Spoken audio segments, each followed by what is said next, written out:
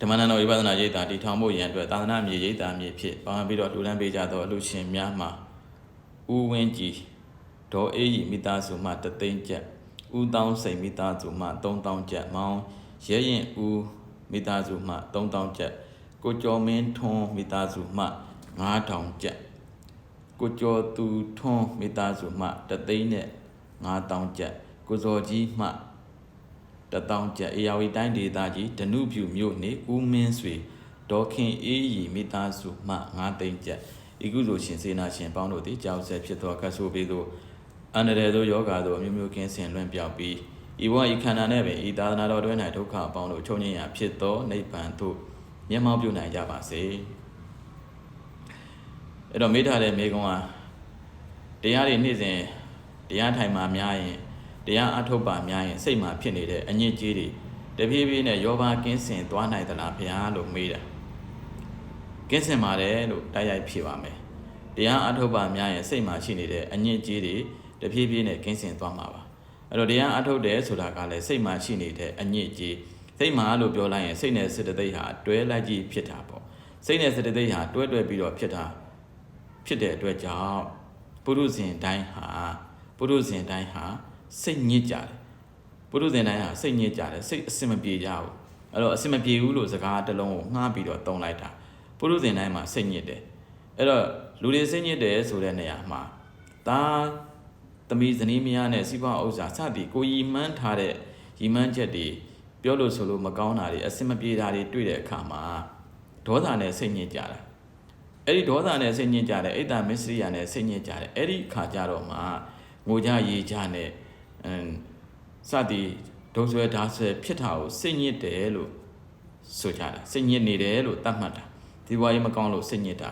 သာသမီဇနီးမယားပြောဆိုမကောင်းလို့စိတ်ညစ်တာလှုပ်ခင်းကင်ခင်းတွေမကောင်းလို့စိတ်ညစ်ကြတယ်အဲ့ဒါကိုမှစိတ်ညစ်တယ်လို့သုံးကြတာတကယ်တမ်းကစိတ်ညစ်တယ်ဆိုတာပုထုဇဉ်အားလုံးစိတ်ညစ်ကြတယ်ဒါဆိုဟုတ်ပြီလောဘနဲ့ပြောနေတဲ့ချိန်ဟောစိတ်မညစ်ဘူးလားလို့မေးရင်လောဘနဲ့ပြောနေတဲ့ချိန်နဲ့စိတ်ညစ်နေတာပဲစီးပွားရေးတွေရှားဖွေကောင်းလို့ပျော်ပါးပါးနဲ့မိသားစုနဲ့နေနေတဲ့အချိန်ဟာလည်းအဲ့ဒီအချိန်နဲ့စိတ်ညစ်နေတာပဲအဲ့တော့စိတ်ညစ်တယ်ဆိုတဲ့သဘောစဘာဝကစိတ်မှာကိလေသာတွေနဲ့ရောထွေးနေတာကိုစိတ်ညစ်တယ်လို့ပြောတာအဲ့တော့ဒေါသနဲ့နေပြီးတော့အစမပြေတာလည်းစိတ်ညစ်တာပဲလောဘနဲ့မိသားစုနဲ့ရောင်းရည်ဝယ်တာတွေကောင်းပြီးတော့နိုင်ငံခြားခီးစဉ်စသည်ကိုလှက်ပတ်သွားနာနေနိုင်တာလည်းဒါလည်းစိတ်ညစ်နေတာပဲဘာလို့လဲလို့မင်း तू ကစိတ်ညစ်တာကိုမေးတာမဟုတ်လို့စိတ်ညစ်တာကိုမေးတာမဟုတ်လို့ဒါတွေအားလုံးကစိတ်ညစ်နေတာစိတ်ညစ်နေတယ်ဆိုတာစိတ်မတန့်တာကိုပြောတာတပ္ပပပတ္တအကရဏံကုသလတ္တဥပတံပရာသာစိတ်တပရိယောဓပ္ပနံဧတံဗုဒ္ဓနာသာသနံမကောင်းမှုကိုရှောင်ကောင်းမှုကိုဆောင်ဖြူအောင်စိတ်ကိုထားဆိုစိတ်ကိုဖြူအောင်ထားဖို့ဆိုတာကတမထနဲ့ဝိပဿနာမှာလွဲရင်အခြားမရှိဘူးအဲ့တော့တမထလုပ်တယ်ဆိုတာစိတ်ဓာဝိတုဒ္ဓိစိတ်ကိုစင်ကြယ်အောင်လုပ်တာတရားထိုင်တာတမထလုပ်တာအဲ့တော့ဝိပဿနာတရားအားထုတ်တဲ့ပုဂ္ဂိုလ်ကလည်းဒီတိုင်းပဲတမထတဲ့တဆင့်ပို့ပြီးတော့မြင့်သွားတယ်သို့တော့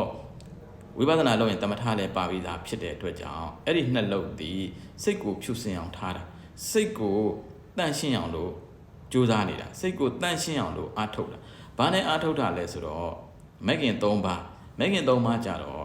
စိတ်ကိုသိတာရုပ်ကိုသိတာဝေဒနာကိုသိတာဓမ္မကိုသိတာအဲ့ဒါကမဂ်ခင်3ပါးတမာတိမဂ်ခင်3ပါးလို့ပြောရမယ်ပေါ်လာတဲ့စိတ်မှန်သမျှကိုသိပေးတာလောဘစိတ်ကိုလည်းသိတယ်ဒေါသစိတ်ဆိုလည်းသိပေးတယ်အဲ့လိုသိပေးတဲ့အတွက်လောဘစိတ်လို့သိရင်လောဘနောက်ကလိုက်မယ်တဏှာဥပါဒံကံလောဘနောက်မှာလိုက်မယ်ဒေါသဥပါဒံကံဒိဋ္ဌိဥပါဒံကံတွေငြိမ့်သွားတာဖြစ်တဲ့အတွက်လောဘစိတ်လို့သိတယ်သိလိုက်တဲ့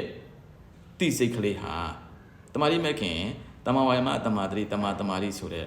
တမာတိမဂ်ခင်3ပါးဥသိပြီးတော့သိလိုက်တာဖြစ်တဲ့အတွက်ရှစ်စိတ်ကလောဘအကုသိုလ်တော့မှန်တယ်သို့တော့အဲ့ဒီလောဘကိုနောက်ကနေသိပေးလိုက်တဲ့အတွက်ကံမမြောက်တော့တဲ့အတွက်စိတ်ဟာတန့်သွားတယ်ကံမြောက်တော့တဲ့အတွက်ဒီဘက်မှာသမုဒိယသစ္စာအနေနဲ့အကျိုးပေးမယ်လောဘနဲ့သိစသည်အပယ်လေးပါးရောက်ဖို့ရာမရှိတော့အဲ့ဒါကိုစိတ်ကိုတန့်အောင်လုပ်တယ်လို့ပြောတာအဲ့ဒါတရားထိုင်ခြင်းရဲ့အကျိုးပဲအဲ့ဒါကတမထထိုင်ခြင်းရဲ့အကျိုးပဲအဲ့တော့တရားထိုင်နေဆိုတာခုနကမေးတယ်မေကွန်းရှင်ရဲ့မေကွန်းမှာတရားထိုင်နေဆိုတာမိစိတ်မှာဖြစ်နေတဲ့အညစ်အကြေးတွေကိုစင်ကြယ်အောင်တဖြည်းဖြည်းနဲ့လှုပ်တာနဲ့တူသလားဆိုတော့ဟုတ်တယ်စိတ်ကိုစင်ကြယ်အောင်လှုပ်တာ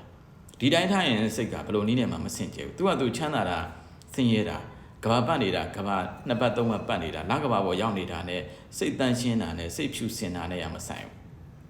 းစိတ်ဖြူစင်းနေတဲ့တန့်ရှင်းနေတယ်ဆိုတာကမဂ်ခင်၃ပါးမဂ်ခင်၅ပါးအထက်တက်လိုက်တော့မဂ်ခင်၈ပါးအရိယာဖြစ်သွားတာဒါကြောင့်အရိယာဆိုတာဖြူစင်တန့်ရှင်းတာကိုပြောတာဘာတွေဖြူစင်တန့်ရှင်းတာလဲဆိုတော့စိတ်တွေဖြူစင်တန့်ရှင်းသွားတာအဲ့ဒါအတွဲလိုက်ကြည့်ပေါ့ဘာတွေဖြူစင်တန့်ရှင်းတာလဲဆိုတော့စေတသိက်စိတ်နဲ့စေတသိက်တွဲနေတဲ့သဘောတရားဖြူစင်တန့်ရှင်းတဲ့အတွက်စိတ်ဖြူစင်ရုပ်ပါလေဖြူစင်သွားတယ်ဆိုတဲ့သဘောမှာသာဇာတအနေနဲ့တွဲရက်ပါပြီဒါဆိုဟုတ်ပြီတရားထိုင်တာစိတ်ကိုဖြူစင်အောင်လုပ်တာဘာနဲ့လုပ်တာလဲလို့မေးတော့တွားလေးမကင်၃ပါးနဲ့ပေါ်ရခန္ဓာကိုသိတာတွားလေးမကင်၃ပါးနေပြီးတော့ပေါ်ရခန္ဓာရဲ့အပြက်ကိုသိတယ်။ဒီခန္ဓာမှန်သမျှဒုက္ခသစ္စာခန္ဓာမှန်သမျှအနိစ္စပဲလက္ခဏာရဲ့ဘက်ကနေတင်လိုက်တော့ပေါ်ရခန္ဓာမှန်သမျှအနိစ္စပဲလို့သိတယ်။ပေါ်ရခန္ဓာမှန်သမျှဟာအနတ္တပဲမမြဲတဲ့သဘောတရားငါဖန်တီးထားတဲ့အရာမှမဟုတ်တာပဲသူ့အလိုလိုပဲအကြောင်းတရားတိုက်ဆိုင်လို့အကြောင်းတရားတိုက်ဆိုင်မှဖြစ်တဲ့အကြောင်းတရားချုပ်ရင်အကျိုးတရားအနေနဲ့စိတ်လည်းချုပ်တာပဲလို့ဆုံးဖြတ်ချက်ချနိုင်တဲ့အခါကျတော့ပညာမဲ့ခင်နှစ်ပါးထပ်ဆောင်းလိုက်တာဖြစ်တဲ့အတွက်တမာတိမဲ့ခင်၃ပါးပညာမဲ့ခင်နှစ်ပါးနဲ့မိမိစိတ်ကိုတန့်အောင်လုပ်လိုက်တာမိမိစိတ်ကိုတန့်အောင်လုပ်လိုက်တာဖြစ်တဲ့အတွက်အဲ့ဒီချိန်မဲ့ခင်၅ပါးနဲ့ဝိပဿနာဖြစ်နေတာဒါကြောင့်တရားအထုတ်တာစိတ်ကိုတဖြည်းဖြည်းနဲ့ဖြူစင်သွားတာဘာလို့ဖြူစင်တာလဲကိလေသာတွေကိုတတ်တယ်ဒါကြောင့်သမုဒိယသစ္စာမှန်သမျှကိလေသာပဲဒါကြောင့်မို့လို့ကိလေသာဖြစ်ကြောင်းတရားကဘာတူလဲလို့မင်းလောဘပဲအဲ့ဒီလောဘသည်သမုဒိယသစ္စာပဲဒါကိုတက္ကာယဖြစ်ကြောင်းတရားနဲ့ပြောတာတက္ကာယကခန္ဓာ၅ပါးကိုတက္ကာယလို့ပြောတာဒီခန္ဓာ၅ပါးတက္ကာယဖြစ်ကြောင်းတရားကဘာတူလဲလို့မေးတော့လောဘသမုဒိယသစ္စာကိုပြောတာဒါလို့ချုပ်ကြောင်းတရားကဘာတူလဲချုပ်အောင်ကျင့်တဲ့အကျင့်ကဘာတူလဲလို့မေးတော့မဂ်ခင်၅ပါးမဂ်ခင်၈ပါးမဂ်ခင်အလောဟာချုပ်ရအကျင့်ဖြစ်သွားတာအဲ့ဒီချုပ်ရနေရကြတော့ဘာလဲလို့မေးတော့သစ္စာနဲ့ပြောတော့နိရောဓသစ္စာဖြစ်သွားတာဒါဆိုရင်တရားတစ်ချက်အားထုတ်တိုင်းမှာသစ္စာ၄ချက်လဲစိုက်တယ်ဒါဆိုဟုတ်ပြီပုရုဇဉ်တိုင်းမှာခုနကစကားလုံးအရာပုရုဇဉ်တိုင်းမှာစိတ်ညစ်နေတယ်ဘလို့နည်းနဲ့ညစ်ထားလဲဆိုတော့ကိလေသာမပယ်သေးတဲ့သူမှန်သမျှဟာပြောနေလဲစိတ်ညစ်တာပဲစိတ်ညစ်နေလို့ပြောတာပေါ့ဒေါသထွက်နေလဲစိတ်ညစ်တာပဲဘာလို့ပြောတာစိတ်ညစ်တာလို့ပြောတာလဲလို့မေးတော့လောဘဆိုတာအပယ်ကြမယ်တရားပဲဒိဋ္ဌိဆိုတာအပယ်ကြမယ်တရားတဏမာနဆိုတာအပယ်ကြမယ်ဒါဆိုရင်ဟုတ်ပြီဟောတဲ့သူရောနာတဲ့သူရောဟာပုရုဇဉ်ဖြစ်နေရင်စိတ်ညစ်နေသေးတယ်ပုရုဇဉ်ဖြစ်နေသေးရင်စိတ်ညစ်နေသေးတယ်ဒါကြောင့်အဲ့ဒီစိတ်ညစ်တဲ့တရားတွေကိုစိတ်ကိုဖြူစင်အောင်ဆိုပြီးတော့တရားအထုတ်တာဝိပဿနာလုပ်ပါတရားအထုတ်ပါကိုယ့်ကိုယ်လည်းတိုက်တွန်းတယ်တရားနာပရိသတ်ကိုလည်းတိုက်တွန်းတယ်ဆိုတာကစိတ်ဖြူစင်အောင်တိုက်တွန်းတာကျန်တဲ့အဆောင်အယောင်နဲ့ပြည့်စုံတဲ့အရာဝတ္ထုတွေချမ်းသာတာကစိတ်ကိုပို့ပြီးတော့မှလောဘတက်အောင်ပဲလုပ်နိုင်တာစိတ်ကိုတန့်သွားအောင်လုပ်လို့မရဘူးအဲ့တော့ချမ်းသာတဲ့ကြီးပွားတယ်ဆိုတာလောကီအနေနဲ့ချမ်းသာတာလောဘဒေါသမောဟတွေနဲ့ရှားထားတဲ့အနေအထားတစ်ခုရာကပြည့်စုံနေတယ်လို့ပြောပေမဲ့စိတ်ခုနကပါဠိတော်အရာစိတ်တန့်သွားပြီလားလို့မင်းရင်စိတ်ကမတန့်ဘူးဘာလို့မတန့်တာလဲလို့မင်းအကုသိုလ်စေတသိက်တွေနဲ့ရောတွေးပြီးတော့စိတ်မှာဖြစ်နေတဲ့အတွက်ကိလေသာဖြစ်နေတာမှန်သမျှဘယ်သူမှစိတ်မတန့်ဘူးဒါကြောင့်ပုရုသေမှန်သမျှစိတ်ညစ်တယ်ချမ်းသာလည်းစိတ်ညစ်နေတယ်ဆင်းရဲလည်းစိတ်ညစ်နေတယ်ချမ်းသာလို့စိတ်ညစ်တဲ့သူနဲ့ဆင်းရဲလို့စိတ်ညစ်တဲ့သူဒါပဲပါအဆောင်ရောင်ပြည့်စုံပြီးတော့စိတ်ညစ်တဲ့သူနဲ့အဆောင်ရောင်မပြည့်စုံဘဲနဲ့စိတ်ညစ်တဲ့သူဒါပဲပါဒါဆိုစိတ်ညစ်တာ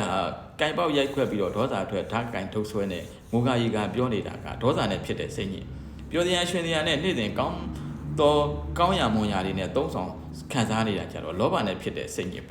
ပြောချင်တာကစိတ်ညစ်တာကိုပြောတာစိတ်ညစ်နေတယ်ဘာနဲ့ညစ်တာလဲကိလေသာနဲ့စိတ်နဲ့တွဲနေတာမလို့စိတ်ညစ်နေတယ်ဒါဆိုချမ်းသာတဲ့သူလည်းညစ်တယ်ဆင်းရဲတဲ့သူလည်းညစ်တယ်ဘယ်တော့ကြမှာစိတ်ဟာတန့်မှာလဲလို့မေးရင်အရိယာဖြစ်မှာစိတ်တန့်တယ်ဒါကြောင့်အရိယာဆိုတာစိတ်ကိုဖြူစင်သွားတာအရိယာလို့ပြောတာဒိဋ္ဌိကိလေသာတန့်ရှင်းသွားတယ်ပြီးတော့ဝိသိကိစ္စကိလေသာတိရဝဒပရမတ္တအယူမှားတဲ့ကိလေသာတန့်သွားပြီးတော့ဟိုဘက်အထက်တက်လိုက်တော့လောဘကိလေသာဒေါသကိလေသာမောဟကိလေသာတွေတန့်သွားတာတည်စိတ်တန့်သွားတယ်အဲ့ဒီခါကျတော့မှသဗ္ဗပဝန္တအကရဏကုတရတဥပတံပရသစိတ်တပရိယောဓပနဧတံဗုဒ္ဓနာသာသနာစိတ်ကိုဖြူအောင်ထားဆိုတာသမထနဲ့ဝိပဿနာတရားတစ်ခုခုအားထုတ်လိုက်တာသမထကတော့မြမပြည်ကိုရောက်တဲ့တရားမို့လို့သူလည်းစိတ်ကိုတော့စိတ်တော်ဝိတ္တုတွေတော့ဖြစ်တယ်သို့တော့ခန္ဓာပြန်ရနေတဲ့သဘောရှိတယ်